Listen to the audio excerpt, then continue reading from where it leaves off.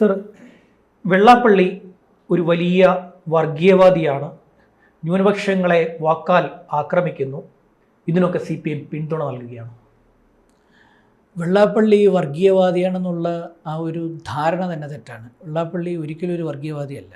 വെള്ളാപ്പള്ളിക്ക് വർഗീയവാദിയാകാൻ കഴിയത്തുമില്ല. പൊതുവെ പറയപ്പെടുന്ന ഒന്നാണ് വെള്ളാപ്പള്ളി ഒരു മുസ്ലിം വിരുദ്ധനാണെന്ന്. നോക്കൂ, CAAക്കെതിരെ നടത്തിയ കേരള സർക്കാർ നടത്തിയ സമരത്തിന് രക്തസാക്ഷി മണ്ഡപത്തിൽ വന്ന് മുസ്ലിങ്ങൾക്ക് വേണ്ടി, അതായത് ഇന്ത്യൻ മുസ്ലിങ്ങൾക്കല്ല, റോഹിംഗ്യൻ മുസ്ലിങ്ങൾക്ക് വേണ്ടി പ്രസംഗിച്ച വ്യക്തിയാണ് വെള്ളാപ്പള്ളി നടേശൻ. ഇന്ത്യയിൽ ഒരൊറ്റ ഹിന്ദു പിന്നോക്ക സമുദായ സംഘടനാ നേതാവ് CAAക്ക് എതിരായിട്ട് പ്രസംഗിച്ചിട്ടില്ല. പക്ഷേ വെള്ളാപ്പള്ളി നടേശൻ അത് ചെയ്തു. അപ്പോൾ അങ്ങനെ ചെയ്ത വെള്ളാപ്പള്ളി നടേശന് എന്ത് കണക്കിനാണ് ഒരു മുസ്ലിം വിരുദ്ധൻ എന്ന് പറയുന്നത്, ഒരു ന്യൂനപക്ഷ വിരുദ്ധൻ എന്ന് പറയുന്നത്? അത് തികച്ചും തെറ്റായ ധാരണയാണ്. വെള്ളാപ്പള്ളിയുടെ ആത്മകഥയിൽ തന്നെ പറയുന്നുണ്ട്, വെള്ളാപ്പള്ളി നടേശൻ ഒരു ബിസിനസ്സുകാരനാണ്. അയാളുടെ സ്ഥാപനങ്ങളിൽ 95% പേരും ഈഴവ ഇതര വിഭാഗങ്ങളിൽപ്പെട്ടവർ, അതിൽ തന്നെ ധാരാളം മുസ്ലിങ്ങളും ക്രിസ്ത്യാനികളും ഉണ്ടെന്ന് അദ്ദേഹം തുറന്നു പറയുന്നുണ്ട്. ഇന്നലെ എഴുതിയല്ല, കുറേ കാലങ്ങൾക്ക് മുമ്പ് എഴുതിയൊരു പുസ്തകമാണ് എൻ്റെ ഇന്നലെകൾ എന്നാണ് അതിൻ്റെ പേര്. വെള്ളാപ്പള്ളി നടേശൻ്റെ ഭാഗത്തുനിന്ന് മുസ്ലിം വിരുദ്ധത ഉള്ള ഒരു പരാമർശം മാത്രമേ എൻ്റെ അറിവിലുണ്ടായിട്ടുള്ളൂ. അത് നമ്മുടെ ഓടയിൽ വീണ് മരിച്ച അദ്ദേഹത്തിൻ്റെ മരണവുമായി ബന്ധപ്പെട്ടൊരു പരാമർശം. പക്ഷേ അതിനകത്ത് അങ്ങനെ ഒരു മുസ്ലിം വിരുദ്ധത ഇല്ല അതിനകത്ത്. കാരണം അതേപോലെ പല കാര്യങ്ങളിലും മരണപ്പെട്ട അല്ലെങ്കിൽ ജീവൻ ത്യജിച്ച് മറ്റ് വിഭാഗങ്ങൾക്ക് അത്തരത്തിലുള്ള ഒരു പരിഗണന കൊടുക്കുന്നില്ല. അതേസമയം നൗഷാദിൻ്റെ കാര്യത്തിൽ, നൗഷാദിൻ്റെ കാര്യത്തിൽ അത് കൊടുത്തു. അപ്പം ആ സമയത്ത് പറയേണ്ട ഒരു കാര്യമല്ലായിരുന്നുവെങ്കിൽ പോലും അത് പറഞ്ഞുകൊണ്ട് ഒരു ഇസ്ലാമിക വിരുദ്ധ നിലപാട് ആ ഒരു കാര്യത്തിൽ മാത്രമാണ് വെള്ളാപ്പള്ളി എടുത്തിട്ടുള്ളത്. അതും ഒരു വ്യക്തിപരമായിട്ടുള്ളൊരു പരാമർശം എന്നുള്ളതേ ഉള്ളൂ. അതേസമയം മുസ്ലിം സമുദായത്തിനെതിരായിട്ട് വെള്ളാപ്പള്ളി യാതൊന്നും ഇന്നേ വരെ പറഞ്ഞിട്ടില്ല. മാത്രമല്ല, പോപ്പുലർ ഫ്രണ്ടിൻ്റെ വേദിയിൽ വന്ന് സവർണ ഹിന്ദുത്വത്തിനെതിരെ ഫൈറ്റ് ചെയ്യാൻ മുസ്ലിങ്ങളും ഈഴവരും ഒന്നിക്കണമെന്ന് പറഞ്ഞ വ്യക്തി കൂടിയാണ് വെള്ളാപ്പള്ളി. നിരോധിത സംഘടനയായ പോപ്പുലർ ഫ്രണ്ടിൻ്റെ മീറ്റിങ്ങിൽ വെള്ളാപ്പള്ളി സംസാരിച്ചിട്ടുണ്ട് 2006-2007 കാലഘട്ടത്തിൽ. അന്ന് സവർണ ഹിന്ദുത്വത്തിനെതിരെ പോരാടാൻ മുസ്ലിങ്ങളും, അതായത് പോപ്പുലർ ഫ്രണ്ട് SNDP ഒന്നിക്കണമെന്ന് പറഞ്ഞ വ്യക്തി എങ്ങനെയാണ് ഇസ്ലാം വിരുദ്ധനാകുന്നത്? ആ പരാമർശം തന്നെ തെറ്റാണ്. വെള്ളാപ്പള്ളി ഇടയ്ക്കിടയ്ക്ക് ഇങ്ങനെ എന്തെങ്കിലുമൊക്കെ ചെറുതായിട്ട് തട്ടിവിടും.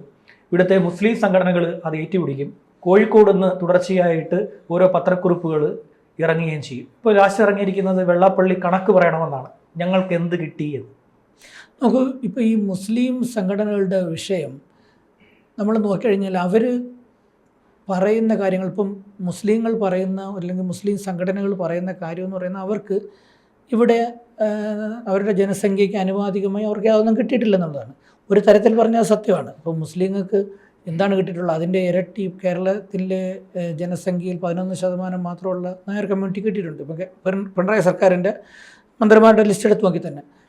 പക്ഷേ മുസ്ലിം പ്രീണനം എന്നുള്ളത് കൊണ്ട് പൊതുസമൂഹം ഉദ്ദേശിക്കുന്നതിന് മറ്റൊരു കാര്യമുണ്ട്. ഇപ്പോൾ ഹമാസിൻ്റെ ആക്രമണത്തിൽ ഒരു മലയാളി പെൺകുട്ടി മരിച്ചപ്പോൾ ഹമാസ് തീവ്രവാദികളെന്ന് എഴുതിയ ഉമ്മൻചാണ്ടിക്ക് അത് വിഡ്രോ ചെയ്യേണ്ടി വന്നു. ആ ഒരു അഭിപ്രായം മാറ്റേണ്ടി വന്നു. പാലസ്തീൻ അനുകൂലമായിട്ട് കേരളം സമരം ചെയ്തു, ഇവിടുത്തെ കമ്മ്യൂണിസ്റ്റ് പാർട്ടി സമരം ചെയ്തു പാലസ്തീൻ അനുകൂലമായിട്ട്. പാലസ്തീനിൽ ആര് മരിച്ചാൽ ഇവിടുത്തെ മുസ്ലിമിനെന്താ? പക്ഷേ മുസ്ലിങ്ങളുടെ മനസ്സിൽ ഒരു മുസ്ലിം ബ്രദർഹുഡ് എന്നൊരു കൺസെപ്റ്റ് ഉണ്ട്. ലോകം മുഴുവനുള്ള മുസ്ലിങ്ങൾ ഒന്നാണെന്നുള്ള എല്ലാവരും ഒന്നാണ്. അപ്പോൾ ഇത്തരത്തിലുള്ള അവരുടെ മതവൈകാരികതയെ ചൂഷണം ചെയ്യുക എന്നുള്ളത് മാത്രമാണ് CPM ചെയ്യുന്നത്. ഇപ്പം യാക്കൂബ് മേമന് വേണ്ടി കരയുക, അജ്മൽ കസബിന് വേണ്ടി കരഞ്ഞൊന്നും എനിക്കറിയത്തില്ല. അജ്മൽ കസബിന് വേണ്ടി പരസ്യമായി കരഞ്ഞില്ലെന്നേ ഉള്ളൂ. സദ്ദാം ഹുസൈന് വേണ്ടി ഇവിടെ ഹർത്താൽ നടത്തി. യഥാർത്ഥത്തിൽ സദ്ദാം ഹുസൈൻ കമ്മ്യൂണിസ്റ്റ് വിരുദ്ധനായിരുന്നു. സദ്ദാം ഹുസൈൻ അവിടെ കമ്മ്യൂണിസ്റ്റുകാരെ കണ്ട് ഓടിച്ചിട്ടടിക്കുമായിരുന്നു. അപ്പം സദ്ദാം ഹുസൈന് വേണ്ടി ഹർത്താൽ നടത്തുക, CAA വിരുദ്ധ സമരം ചെയ്യുക, പാലസ്തീന് വേണ്ടി കരയുക, യാസർ അറാഫത്തിന് വേണ്ടിയാണെങ്കിൽ നമുക്ക് പിന്നെ സഹിക്കാം, ഹമാസ് എന്ന് പറയുന്ന ഭീകര സംഘടനയ്ക്ക് വേണ്ടി കരയുക. ഇത്തരത്തിലുള്ള മുസ്ലിങ്ങളുടെ വൈകാരികതയാണ് ഇവർ ചൂഷണം ചെയ്യുന്നത് CPM. യഥാർത്ഥത്തിൽ മുസ്ലിങ്ങൾക്ക് കേരളത്തിൽ ഭരണത്തിലൊന്നും അതിൻ്റേതായ ആനുപാതികമായ പ്രാതിനിധ്യം ഇല്ല എന്നുള്ള സത്യമാണ്. ഇപ്പോൾ എവിടെ പ്രാതിനിധ്യമുണ്ട്? കേരളത്തിൻ്റെ മന്ത്രിമാരെടുത്തു കഴിഞ്ഞാൽ എവിടെ പ്രാതിനിധ്യമുണ്ട്?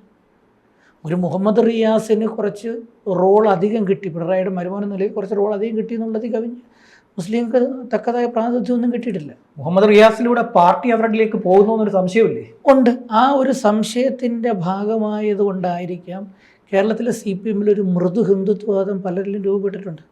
തിരുവനന്തപുരത്ത് തന്നെ അങ്ങനെ ഒരു മൃദു ഹിന്ദുത്വവാദികളുടെ ഒരു ഗ്രൂപ്പ് ഉണ്ടായിട്ടുണ്ടെന്നാണ് ഞാൻ അറിഞ്ഞത്.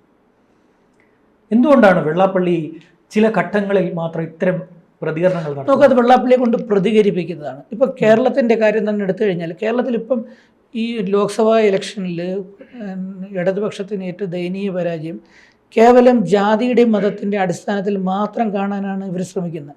യഥാർത്ഥത്തിൽ അത് ഭരണപരാജയമാണ്. സാധാരണക്കാർക്ക് ജീവിക്കാൻ ഒരു നിവൃത്തിയില്ല, സുരക്ഷിതത്വമില്ല. ജീവന് ഒരു സുരക്ഷിതത്വം കേരളത്തിൽ നിന്ന് പറയാനൊക്കത്തില്ല. എവിടെ നോക്കിയാലും ഗുണ്ടാക്രമണങ്ങളാണ്. വിദ്യാഭ്യാസ രംഗം തകർന്നു കിടക്കുന്നു, ആരോഗ്യരംഗം തകർന്നു കിടക്കുന്നു, ക്ഷേമ പെൻഷൻ നൽകുന്നില്ല, വിലക്കയറ്റം. കേരളത്തിന് വെളിയിൽ ഇത്ര വിലക്കയറ്റമല്ല. കേരളത്തിന് വെളിയിൽ 3-4 ദിവസം ജീവിക്കാനുള്ള പൈസ കേരളത്തിൽ ഒരു ദിവസമാവും. അപ്പം ഈ മൊത്തത്തിൽ കേരളത്തിലെ ജനം അനുഭവിക്കുന്ന ഒരു ദുരിതമുണ്ട്. അത് ഈ അനുഭവിക്കുന്ന ദുരിതം മൊത്തം വെറും പാവപ്പെട്ടവരുമല്ല, അപ്പർ മിഡിൽ ക്ലാസ്സും അല്ല. കേരളത്തിൽ കൂടുതലുള്ള ലോവർ മിഡിൽ ക്ലാസ് ആയിട്ടുള്ള ജനങ്ങളാണ് ഏറ്റവും കൂടുതൽ ദുരിതം. കാരണം അവരുടെ വരുമാനം കുറച്ചേ ഉള്ളൂ. ഈ വരുമാനത്തിനകത്തുനിന്ന് ജീവിക്കാൻ അവർക്ക് പറ്റുന്നില്ല. അപ്പം ഈ ഒരു വിഭാഗം, അത് വലിയൊരു വിഭാഗമാണ്. ഇവർ മാറി ചിന്തിക്കുന്നു. ശരിക്ക് ഇത് കൃത്യമായി അസസ് ചെയ്തിട്ടുള്ള MP രാജേഷാണ്. ത്രിപുരയിൽ ആദ്യം ഇടതുപക്ഷം തോറ്റപ്പം MP രാജേഷ് പറഞ്ഞത് അവിടെ പുതുതായി രൂപം കൊണ്ട മിഡിൽ ക്ലാസ്, പുതിയൊരു മധ്യവർത്തി സമൂഹം, അവരാണ് BJP തോപ്പിച്ചത്. കാരണം അവർക്ക് നഷ്ടപ്പെടാൻ ഒരുപാടുണ്ട്. ഇപ്പം ഒരു മിഡിൽ ക്ലാസ് കുടുംബം അവർ ഒന്ന് അല്പം സ്വരൂപിച്ച് വെക്കുന്നത് പോലും ഇപ്പം പോവുകയാണ്. കാരണം അത്രയ്ക്ക് വിലക്കയറ്റമാണ്, എന്തിനും വിലക്കയറ്റമാണ്, ജീവിക്കാൻ ഒരു മാർഗ്ഗമില്ല. ഇങ്ങനെ ഒരു ഘട്ടം വരുമ്പം ഇവർ മാറി ചിന്തിക്കും. ഇവരാണ് യഥാർത്ഥത്തിൽ കമ്മ്യൂണിസ്റ്റുകാർ വോട്ട് കൊടുത്തിട്ടുണ്ട്. ഇവർ മാറി ചിന്തിച്ച് ഇവർ കോൺഗ്രസ് കൊടുത്തു. അല്ലാതെ ഇതിനകത്ത് ജാതി മതമൊന്നും വലിയ തോതിൽ ഒരു ഇമ്പാക്റ്റ് ഉണ്ടാക്കിയിട്ടില്ല. പക്ഷേ ഇതിൽ നിന്ന്, ഈ ഭരണപരാജയത്തിൽ നിന്ന് മറച്ചു പിടിക്കണം. അതിനു വേണ്ടിയാണ് ഈ വെള്ളാപ്പള്ളിയെ കൊണ്ടത് പറയിപ്പിക്കുകയാണ്. വെള്ളാപ്പള്ളി പിണറായി പറഞ്ഞാൽ പറയും, അതിലൊരു സംശയമില്ല. കാരണം 59 കേസുകളിൽ വിജിലൻസ്, മൈക്രോ ഫിനാൻസ് തട്ടിപ്പിൽ വിജിലൻസ് വെള്ളാപ്പള്ളി കുറ്റക്കാരനാണെന്ന് പ്രഥമ ദൃഷ്ടിയെ കണ്ടെത്തിയിട്ടുണ്ട്. ഇതുവരെ ചാർജ് ഷീറ്റ് കൊടുത്തിട്ടില്ല. SNDP യോഗത്തിൻ്റെ ആസ്ഥാന മന്ദിരം ജപ്തിയിലാണ്. SNDP യോഗത്തിന് പിന്നോക്ക സമുദായ വികസന കോർപ്പറേഷൻ കരിമ്പട്ടിയിൽ ഉൾപ്പെടുത്തിയിട്ടുണ്ട്. ഇത്തരം വിഷയങ്ങൾ നിൽക്കുമ്പം വെള്ളാപ്പള്ളിക്ക് സ്വാഭാവികമായും CPM എന്ത് പറഞ്ഞാലും അതനുസരിച്ചേ പറ്റും. അതിനുവേണ്ടി അവർ പറയിപ്പിക്കുന്നതാണെന്നുള്ളതല്ലാതെ വെള്ളാപ്പള്ളിക്ക് ഒരു മുസ്ലിം വിരുദ്ധത ഉണ്ടെന്ന് ഞാനൊരിക്കലും വിശ്വസിക്കുന്നില്ല. പിണറായിയുടെ ചട്ടുകമായി മാറുകയാണ് SNDPയുടെ ജനറൽ സെക്രട്ടറി. തീർച്ചയായും പിണറായിയുടെ ചട്ടുകമായി മാറിക്കൊണ്ടിരിക്കുകയാണ്. കാരണം അത്രയ്ക്കും പ്രൊട്ടക്ഷൻ പിണറായി സർക്കാർ വെള്ളാപ്പള്ളിക്ക് നൽകുന്നുണ്ട്. ഡിൻ വിഷയത്തിൽ നടന്ന കേസാണെങ്കിലും അല്ലെങ്കിൽ റിസീവർ പെറ്റീഷൻ്റെ അതുമായിട്ട് ബന്ധപ്പെട്ടാണെങ്കിലും വലിയ തോതിലുള്ള സംരക്ഷണം പിണറായി സർക്കാർ വെള്ളാപ്പള്ളി നടേശൻ്റെ നിലനിൽപ്പിന് വേണ്ടി നൽകുന്നുണ്ട്. പോപ്പുലർ ഫ്രണ്ടിൻ്റെ വേദിയിൽ പോയി സംസാരിക്കുക, CAA സമരത്തിൽ പങ്കെടുക്കുക, അനുകൂല നിലപാട് പറയുക, ഇതെല്ലാം കഴിഞ്ഞിട്ട് ഇടയ്ക്ക് പോയിട്ട് ഈ മുസ്ലിം വർഗീയത പറയുക. ശരിക്കും വെള്ളാപ്പള്ളി ആരാണ്? അതിപ്പോൾ ഈ നമ്മളിപ്പോൾ പറയില്ല ഇലുമിനാറ്റിന്നോ ഒന്നുമല്ല. പുള്ളിയെ സംബന്ധിച്ചിടത്തോളം അതിനകത്തൊരു ഞാൻ വേറൊരു ആംഗിളിൽ പറഞ്ഞുതരാം. അതായത് ഈ അബ്കാരികൾക്കൊരു സ്വഭാവമുണ്ട്. ഈ അബ്കാരികൾ എല്ലാ ദിക്കിലേക്കും അവരുടെ കണ്ണ് തുറന്നിരിക്കുമെന്ന് പറയുന്നത്.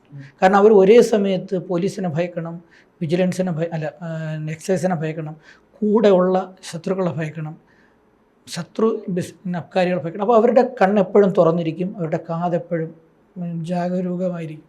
അപ്പോൾ ഇങ്ങനെയുള്ള ഒരു വ്യക്തിയെ സംബന്ധിച്ചിടത്തോളം അവർക്ക് എല്ലാ കാര്യങ്ങളും അസസ് ചെയ്ത് അവർ നിലനിൽക്കും. അങ്ങനെയുള്ളവർ മാത്രമേ അബ്കാരി ബിസിനസ്സിൽ സക്സസ് ആവും. അതെല്ലാം ഒരു അബദ്ധം പറ്റിപ്പോയത് മനുഷ്യന് മാത്രമേ ഉള്ളൂ. വെള്ളാപ്പള്ളി എന്ന് പറയുന്നത് അബ്കാരി ബിസിനസ്സിൽ സക്സസ് ആയ ഒരു മനുഷ്യനാണ്. അവിടെ ഉണ്ടായിരുന്ന അന്നത്തെ അബ്കാരി രംഗത്ത് ഇദ്ദേഹത്തിൻ്റെ ശത്രുവായിരുന്ന കുഞ്ഞുകുട്ടൻ മുതലാളിയുടെ ആ ഒരു ചാരങ്ങാട്ട് ഫാമിലിയെ പരാജയപ്പെടുത്തി അബ്കാരി രംഗത്ത് മേൽക്കൈയെടുത്ത് വന്നൊരു വ്യക്തിയാണ് വെള്ളാപ്പള്ളി. അപ്പോൾ അതിൻ്റേതായിട്ടുള്ളൊരു കഴിവ് അദ്ദേഹത്തിനുള്ളതുകൊണ്ട് അദ്ദേഹം ഏത് നമ്മൾ പറയുന്നതിനൊക്കെ എങ്ങനെ എടുത്തെറിഞ്ഞാലും 4 കാലിൽ നിൽക്കും. ഞാൻ കേട്ടിട്ടുള്ളൊരു കഥയാണ്, ഈ SNDP യോഗത്തിന് എന്ത് സംഭവിച്ചാലും വെള്ളാപ്പള്ളിക്ക് കുലുങ്ങേണ്ട കാര്യമില്ല. പക്ഷേ SN ട്രസ്റ്റ് കയ്യിൽ നിന്ന് പോയി കഴിഞ്ഞാൽ വെള്ളാപ്പള്ളി ഫ്യൂസ് വരുന്നത്. തീർച്ചയായും. കാരണം SNDP യോഗത്തിൽ നിന്നുകൊണ്ട് സാമ്പത്തിക നേട്ടമൊന്നുമില്ല. വെള്ളാപ്പള്ളിയെ സംബന്ധിച്ചിടത്തോളം അദ്ദേഹത്തിൻ്റെ ജാതിയും മതവും ദൈവവും എന്ന് പറയുന്ന പണമാണ്. SN ട്രസ്റ്റ് പോയി കഴിഞ്ഞാൽ വെള്ളാപ്പള്ളിയുടെ ഇതുവരെയുള്ള സ്രോതസ്സ് മൊത്തം പോവുകയാണ്. പിന്നെ വരുമാനമില്ല. വെള്ളാപ്പള്ളി തന്നെ ട്രസ്റ്റിൻ്റെ ഒരു മിനിറ്റ്സിൽ രേഖപ്പെടുത്തിയിട്ടുണ്ട്, ഞാനിപ്പം ഒരു ബിസിനസ്സും ഇല്ല, എൻ്റെ എല്ലാ ബിസിനസ് എക്യുപ്മെൻറ്റ്സും ഞാൻ വിറ്റ് കഴിഞ്ഞു. മിനിറ്റ്സിൽ രേഖപ്പെടുത്തിയിട്ടുള്ളത്. അതുകൊണ്ട് എനിക്കിപ്പോൾ യാതൊരു കച്ചവടവും ഇല്ല, ഞാനിപ്പം പണ്ടുണ്ടായിരുന്നത് വെച്ചാണ് ജീവിക്കുന്നത്. പക്ഷേ അതിന് ശേഷം നമ്മൾ നോക്കിക്കഴിഞ്ഞാൽ വെള്ളാപ്പള്ളി നിരവധി സ്ഥാപനങ്ങൾ വാങ്ങിയിട്ടുണ്ട്. എസ്റ്റേറ്റുകളാണെങ്കിൽ അല്ലാതെയൊക്കെ ആണെങ്കിൽ സ്ഥാപനങ്ങൾ വാങ്ങിയിട്ടുണ്ട്. ഇതിൻ്റെയൊക്കെ പൈസ എവിടുന്ന? ഇതെല്ലാം ട്രസ്റ്റിൽ നിന്നാണ്.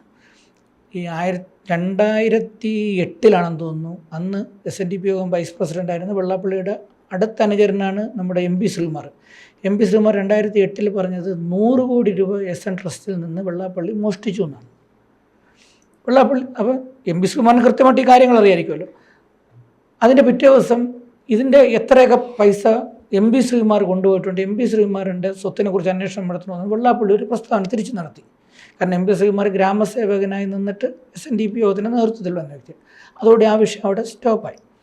2014 കിളിമാനൂർ ചന്ദ്രബാബു, SN ട്രസ്റ്റിൻ്റെ അസിസ്റ്റൻറ്റ് സെക്രട്ടറി ആയിരുന്ന കിളിമാനൂർ ചന്ദ്രബാബു വെള്ളാപ്പള്ളിയുമായി തെറ്റി പറഞ്ഞ് 500 കോടി രൂപ വെള്ളാപ്പള്ളി SN ട്രസ്റ്റിൽ നിന്ന് മുക്കിയെന്നാണ്. അതെല്ലാം എനിക്ക് തോന്നുന്നു യൂട്യൂബിലൊക്കെ കാണുന്നത്.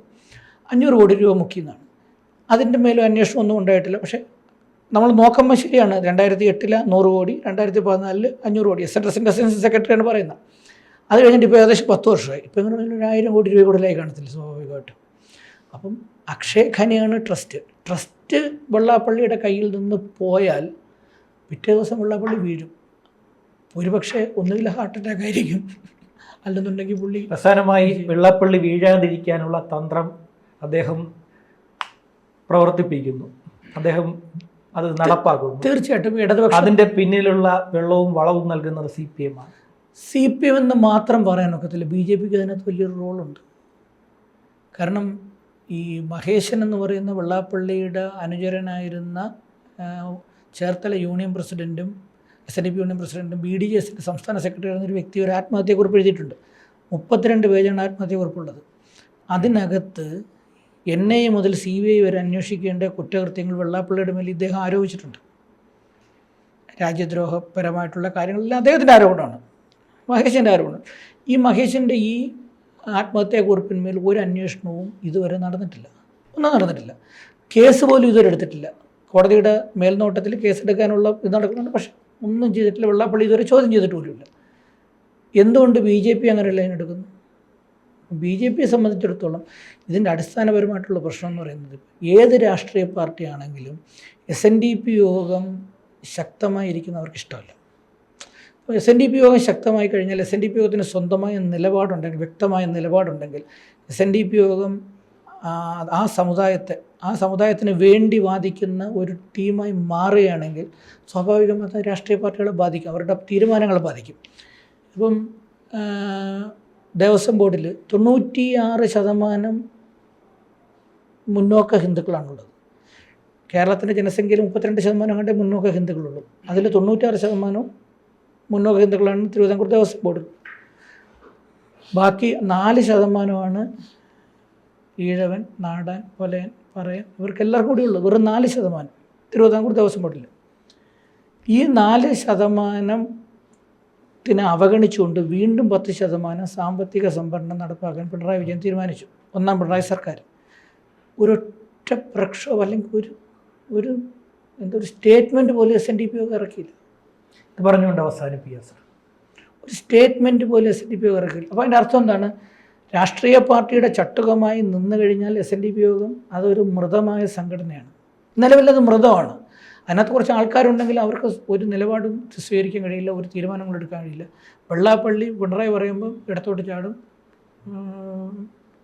നമ്മുടെ മോഡി പറയുമ്പോൾ വലത്തോട്ട് ചാടും എന്നുള്ളൊരു ലൈനാണ് സ്വീകരിക്കുന്നത്. ഇത് ആത്യന്തികമായി നാശം ഉണ്ടാക്കുന്ന ഈഴവ സമുദായത്തിനാണ്.